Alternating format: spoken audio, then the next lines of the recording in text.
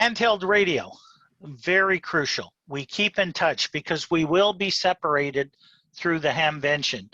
At times we'll travel together as a group, or a couple of hams will walk together and say, come on, let's go over and have a look at this, or you want to chat or whatever. But a lot of the times we'll separate and we keep in touch, okay, with one another. So what we'll do is we'll find out who is eventually going and what equipment everybody has. We want to get a frequency that everybody can attune to. If you have a DMR handheld, fantastic. That's what I suggest you bring, because that's what we're going to use. Now, I will have equipment with me that if all you've got is FM analog, not a problem. We'll get a frequency on that, and I will monitor that through the weekend while doing the digital. But Ken or Pat, I don't know if either one of you want to comment on using digital versus FM. Oh yeah, digital is the way to go. There's so many people on FM down there, you can't get a word in edgewise. You will get interference. You will have trouble contacting. So the last few years when we've been doing digital, it's been the way to go, no questions asked. That being said, you might want to bring one or two handhelds. I usually bring two just so you have a backup. And if you don't have a second digital, bring an analog, whatever, it's all fine. But I always bring two, and you don't need to bring much more equipment than that if you like your laptop or whatever, sure. But I mean, Al brings a big list of stuff. You probably don't need to bring anywhere near what Al brings. And if somebody gets stuck or something, I usually have a spare handheld. Or, you know what? If you go down there and thinking, you know what, I've been wanting to get a DMR handheld, that's the place to get them. They're usually fairly inexpensive, and you can grab one. And I'm going to bring my laptop with all the programming equipment and everything that's required. We'll get you all hooked up the first day there, so not a problem, and go that way. But extra batteries if you've got them, and your charging unit, don't forget to throw them in your bag also, because every night we'll charge up the handhelds. But I'll tell you, they're a godsend, and the digital works amazing. There's no interference. And if you call from one end of the Hamvention to the other, we'll hear you. It works extremely well. It's a lifeline down there for everything. Like, I'm heading back to the car. Does anybody need to go? I'm going to go for a bite to eat. Anybody want to join me? I want to go for coffee. Hey, I'm heading to the ICOM booth. Does anybody want to join me? And we'll go over some radios. You know, Tom, you wanted to look at this item or whatever. I'll join you there or whatever. And the other thing is, I'll get to it, sharing everybody's wish list. Okay, we'll get to that in a minute. Again, a note and a pen. When I worked for the OPP, I used to grab a bunch of these notebooks and give them to everybody going on the Operation Hamvention, because I had access. I don't have access to that stuff anymore. But going to Staples, buying a little notebook that you can put in your thing. What you do is you put your wish list, print it out, put it on the thing so that you're looking and saying, oh, there's something I just bought, scratch it off your list. Or you write down things. Like if I go to HRO and I'm looking to buy a certain radio, they want $499.95 for it at HRO. I go to R&L, they want $479.95. I go to you know, Digiparts, they want X amount of dollars. Then you look at it and you say, cheapest place to get it is over at R&L Electronics. I'm going to go and get it there. All right, so notebook is very handy. Or if you see something that you want and you think, I'm not going to get it just yet, but you're at flea market space 3806, row 4, write it down and the item, so that when you look back and say, yeah, I want to go and get that item, now you know where it's located. Because believe me, it's like looking for a needle in a haystack. You will forget what row, what area, what on everything unless you write it down. So it's crucial to have a notepad. An envelope. Yep, go ahead. Yes, moving on to the next bullet you just brought up there. Keep a list of everything you buy and how much it costs, just so you can have the right numbers when you get back to customs. Exactly. And if you get a receipt, try to ask for a receipt even in the flea market. Most of the guys will sign a business card or something with the price, so you have some proof of what you paid for it, just in case you get asked. Because they're very anal when it comes to receipts at the border, right? And you say, no, I was at a flea market, there's the $5 sticker that, piece of masking tape on the edge of the item that you bought. It doesn't cut it, So if you can get a receipt, now some of it's not possible, they're not going to do it. But anyway, you'll see. We usually can get around it, but there you go. Envelope, put all your receipts in, or a binder, so that when you get to the border and you say, did you buy or receive anything? You can then go and hand the series of receipts. So yes, I purchased $1,500 worth of items. They'll look at it. What they'll do, they may say, oh, okay, go ahead, have a nice day, because you get $800 off it, right? So now you're only paying $700, right? And sometimes they'll wave you through. Others will give you a yellow slip, go to secondary. The customs officer will say, pull over there, take this slip inside. You go inside customs, hand it to them with the list of your receipts, and they will say, okay, you owe us $180. Go over here to the cashier and pay it. So that's how it goes. A hat or two, right? You can't stress it enough. Oh my God, if you've got a ball cap, works great, Manitoulin ball cap. Maybe you've got one with your call sign on it, or you've got one of these type of hats, which keeps the sun off your head. Doesn't look the nicest, but guess what? Anybody that's had sunstroke at Dayton, oh my God, you do not want to get sunstroke at Dayton, because those what's that? Is that a Tilly hat? That's a Tilly hat, yeah. They're it's not it's a Panama Jack. I was going to say, because Tilly's is right around the corner from me. I can walk to Tilly's main factory. It's 5 minutes away. There you go. Well, if you have a Tilly hat, I do have a Tilly hat someplace. Have to look it up. But this is nice and light. It's got air that goes through it. It'll keep the rain off your and the shade around your neck. I mean, one year I went, the back of my neck was as red as a lobster. So you got to be careful, because you don't realize it during the day. One year we got there and we all heading out for dinner, and 2 or 3 of us got sicker than a dog. And boy, oh boy, I think Robert Elston there, you were one year, you got sunstroke, and so did Rusty and that. So we got to be careful and drink plenty of water, okay, as the day. Stay hydrated. Very, very important that way. So bring a hat. If you don't bring a hat, guess what? Go to the Yaesu booth. Every year, Yaesu give out free ball caps.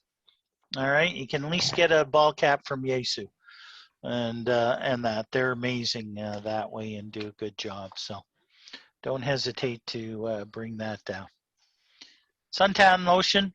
We usually have 2 or 3 people that bring big bottle or so. Again, get your arms, your neck, whatever, face. You don't want to get sunburned, especially us Canadians that haven't had any sun yet. My God, it's snowing out there, so what the heck, So we get down there and you get nice and warm, and you can get burnt pretty bad. And there's nothing more uncomfortable than trying to walk around a flea market where your collar is digging into your neck or something that way. You can burn very quickly. Light rain poncho, or that with it. I think I've got one. We stopped at Walmart or Canadian Tire and got one, not Canadian Tire, but Walmart or Meijer there. You can go into the thing, it's a little thing with the poncho that looks like this. I'll tell you, as Ken mentioned, when it rains in Dayton, it pours. And it only takes you a minute or two to get soaking wet and that with it. So something to take with you, or a rain jacket of some sort, or a windbreaker that's waterproof. It really helps. May not need it, but at least you've got it should you need it. You'll see vendors down there selling these ponchos where you can buy them for $4 or $5 at Walmart. they'll want $20 at Dayton for them on the flea market grounds. So, you know, and believe me, they're selling them like hotcakes. So it's good to be prepared. And the umbrellas, you know, those portable collapsible umbrellas that you can buy too. Again, you pick one of those up at the store at Walmart for a couple of bucks, or pay $20 at Dayton for it. So something to look at that way. Comfortable shoes. Oh my God, I can't stress this enough. If you've got a pair of comfortable shoes, bring them with you. If you decide to buy a new pair of running shoes at the Nike store or down in one of the stores there, make sure you bring some good cushion socks, or buy good cushion socks and that with it, because it is a lot of walking if you're not used to it. And the worst thing to get is a blister or a bunion or something like that is going to make it very uncomfortable for you walking. So try and get, this is definitely, I can't stress this enough. It's a must. Medication. We talked about medications. Definitely. If you have a list of your medication, what the medication is and how many milligrams, and on a pharmacy receipt with your doctor's name at the bottom, bring that along. Because if you put them in those pill cases, you know, with the little containers and that, customs, it's never happened to me in the 25 years I've been going through, never had an issue. But if they go through and say, what the hell is this pill? And what's this pill? And what's that? You know, you can say, well, it's for my blood pressure. That's for my water pill. That's for my diabetes. That's for this, or whatever the case is. At least if you have a list from your doctor, or go to your pharmacy and, can you print a list of my medication for me? This is why we're doing it a month ahead of time. It's just precautions. You may never need it, but at least you've got it should you need it. And you can show the customs guy that. And, okay, fine, thank you. You've done your due diligence with that. Cell phone. Okay, if you have a cell phone, definitely bring it with you. I mean, ham radio is the way to go. However, if you do have a cell phone and you can get an American plan for the week, or whatever the case is, adjusted, or even if you don't plan to make any calls, if it does do American cross-border, at least if there's emergency, you can call home, you can do whatever you need to do, or borrow somebody else's phone. But at least everybody has a phone. And what I'm going to do is, I'll finally get a list of who is going and your cell phone number, and I will make sure everybody gets a list of everybody's cell phone numbers, so that if we need to text one another, we have that ability, or we need to make phone calls if we get separated and the handhelds don't work or whatever. We have that backup plan that way with it. If there's anything else anybody needs to say about that, it's you know, feel free to jump in there. Sunglasses, it can get very daunting out there, and the glare and that. So if you got a good pair of sunglasses, bring them along, or purchase a pair down there, whatever, it helps at times. This is a must. Some type of knapsack or backpack to bring with you. The reason being is, you're walking around the flea market, and let's say you buy a item like, you know, a bag of connectors or something like that.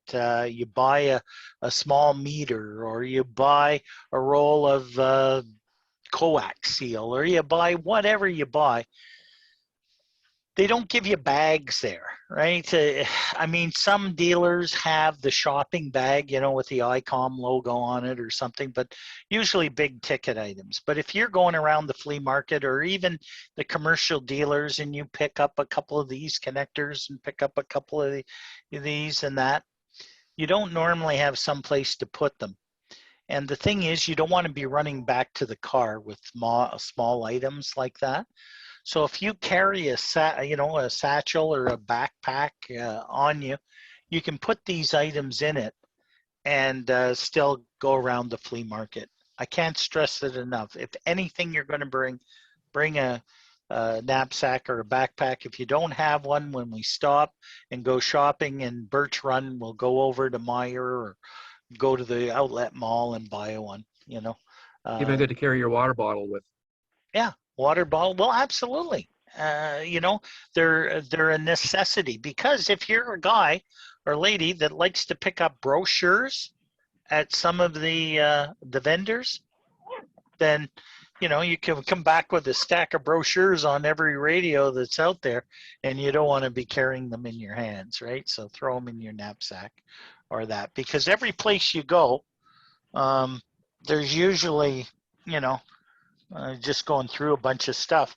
Like, let's say you're looking at buying a radio, and a Yaesu radio, an FT3.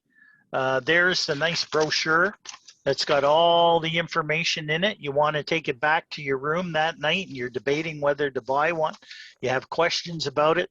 These are amazing pieces of material to take back and sit around and say, hey, Ken, I'm thinking of buying an FT3. It does this. Do you think we'd use it? Or what do you think, Pat? Or what do you think, Al? Or what do you think, Ted? Or whoever is going,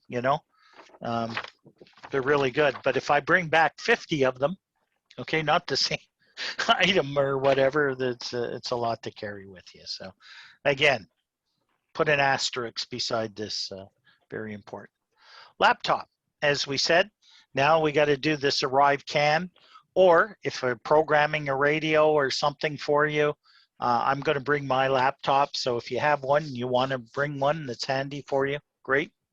It's always surf the internet. The Wi-Fi is free in the hotels, so you can check your emails, do whatever you need to be if you're around, if you have one. Or if you need to buy one, I know a few dealers at Dayton that may have a bunch for sale. Whoa. You notice the previous Dayton guys just had an expression on their thing there. So anyway, there are dealers there that you can get some deals on some laptops, but they're not the most savory characters in the world. So you don't know if they're hot off the back of a U-Haul truck that just broke into Best Buy or something. So anyway, you never know. Cooler important. Check who you're traveling with. You don't need 50 coolers in the back of a car, but one that you can share water and stuff. Nice thing, Pat travels with his truck. He usually has a nice big cooler in the back. I'll throw one in the back of my vehicle. And if you need a water, we usually stock up on water and pop and that. So it usually works out pretty good. And then even back at the room, if you decide to get a case of beer and want to keep that on cold or whatever, it works pretty good. Water is very important. Yes, absolutely, for sure. Oh, hey, Rusty, welcome back. And that we're just finishing up there with it. Anyway, a folding chair. Again, very valuable if you've got one that can fit in the vehicle easily. What we normally do, twofold. One where we park in the parking lot. If we go back and have a rest and have a sandwich like Ken suggested, if you've got a cooler with some food in it or whatever, we usually have a bunch of folding chairs where we sit around and use that as our base location. Or out at the hotel. Right? Sometimes we've got a porch there. Anybody that's got a ground level floor room, we usually come there at the back of the truck. You can put the tailgate down if you have it, or lift up your hatch and sit on the back. But if you've got a chair, it's nice and comfortable, and you can sit out there and we can sit and chat and that, and you meet other hams that are there. When we check into that motel, every single parking lot is going to have a call sign license plate and antenna sticking up on their roofs, believe it or not. So something to have. Fanny pack or a money belt. You never know. There may be pickpockets there. I mean, things are changing in society and people are desperate for money and that with it. So be careful if you're pulling out a wad of cash, right? And you're buying something, don't flash it around or whatever. If you've got a money belt or one of those knapsacks, keep it there. Don't keep a wallet in a loose pair of pants or something to that nature in your back pocket, because you never know, right? Just be safe, be careful with it, and hold on to your money in that regard. Hamvention wish list. All right. Sit down, look at the items, because I will guarantee you, you're going to want this, this, this, this, and this. And you know in your mind, as soon as you get to Dayton, that list goes way out because you're now looking at this, this, this, this, and this, and you forgot about this. And if I've done it once, I've done it 100 times. I get back on the Tuesday after the Hamvention, and I start pulling stuff out of my bags that I purchased, and I said, oh shit, I forgot that item. I wanted that so bad, and I saw it there. I forgot all about it, right? That's why. And when you get your list with your note thing, soon as you buy it, scratch it off. Okay, scratch it off your list so you know that you've purchased it and you have it, right? The other thing is share it amongst the other hams. So, hey guys, I'm looking for a portable antenna, model number so-and-so. If you happen to see one used or you see a new vendor selling it, can you give me a shout on the radio, show me where it is? And what I do is I go around the night before and say, okay, Dennis, what are you looking for? What's your main couple of things? Okay, I'll write it down. Tom, what are you looking for? Pat, what are you looking for? Ken, what are you looking for? Ted, what are you? And I make a list so that if I'm walking through the aisles and I say, oh, great, Ted's looking for this, you know, VA3 CTE Whiskey 8, V3 AJB Whiskey 80 out there, Ted? Yeah, go ahead, Al. What? I'm in row 17, item 3842. That item that you're looking for is sitting right here on the table. They're asking 20 bucks for it. Do you want me to pick it up for you? Or do you want to come and have a look at it or whatever? I'll stay here until you get here. And okay, great. Yeah, I'll be right over. Or no, go ahead and purchase it. That's great. And I'll pay you back later. That's what we do out there, and share items, and it works extremely well in that regard. So wish lists, write them down, stick them on your notebook, make a sheet so that you've got it so you know, and it's easy access so you don't forget, right? It's very important because you will be overwhelmed there. Hamvention website. This is a good thing to check out in the next 3 or 4 weeks that we're going to the Hamvention website. So let me show you what the website is all about and bring that up for you quickly. Where are we here?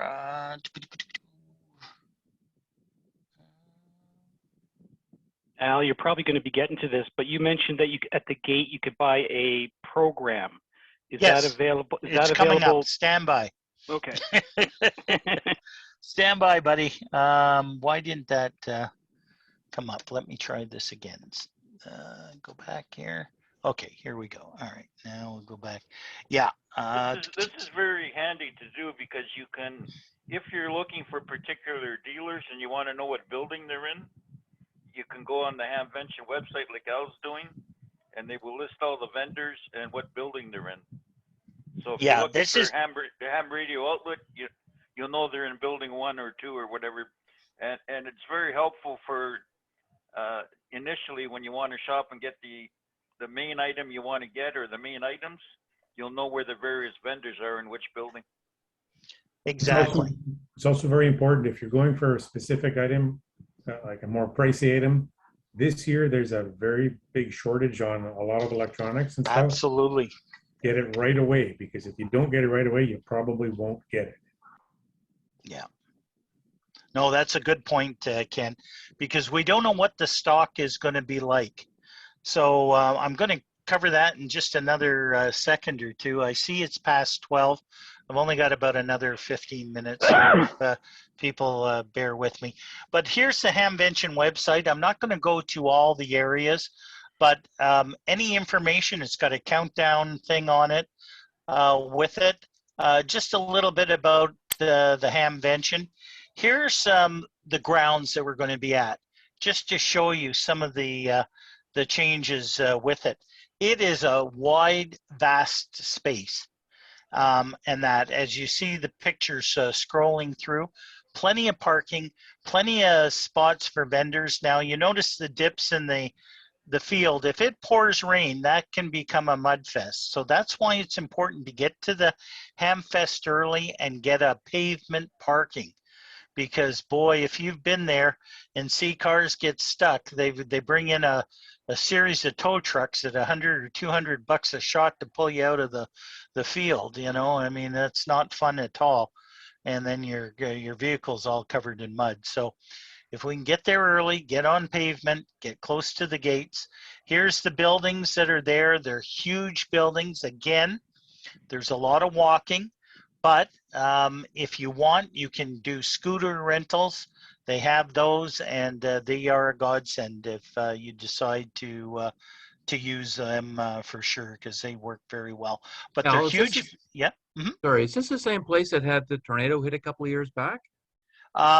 Yeah, the Hara Arena, No, where yeah. they used to have it, was at the Hara Arena. But yes, this fairgrounds did get a tornado. I forget how many years ago, but yeah, they're good now. But this With this it. wasn't the But place that got destroyed a couple of years ago. This is no, a new that's place. the Hara Arena that you're Okay. thinking of, which they condemned and shut down, and It that's was why already destroyed. It was already destroyed. Oh, it was bad shape, eh, Rusty? Yeah. This is the Greene County Fairgrounds. And in the middle of this racetrack that you see here, it's filled with vendors. It is completely filled. Like you could spend a day alone just walking through those grounds, and they're 8x10 spots of people just parked throughout that whole area that you're seeing there. It is unbelievable the number of people that are definitely there and what's happening with it. But a huge area with it for sure. Some of the other things to show you quickly, there's parking and directions and that with it. So inside exhibits, so you have a vendor information.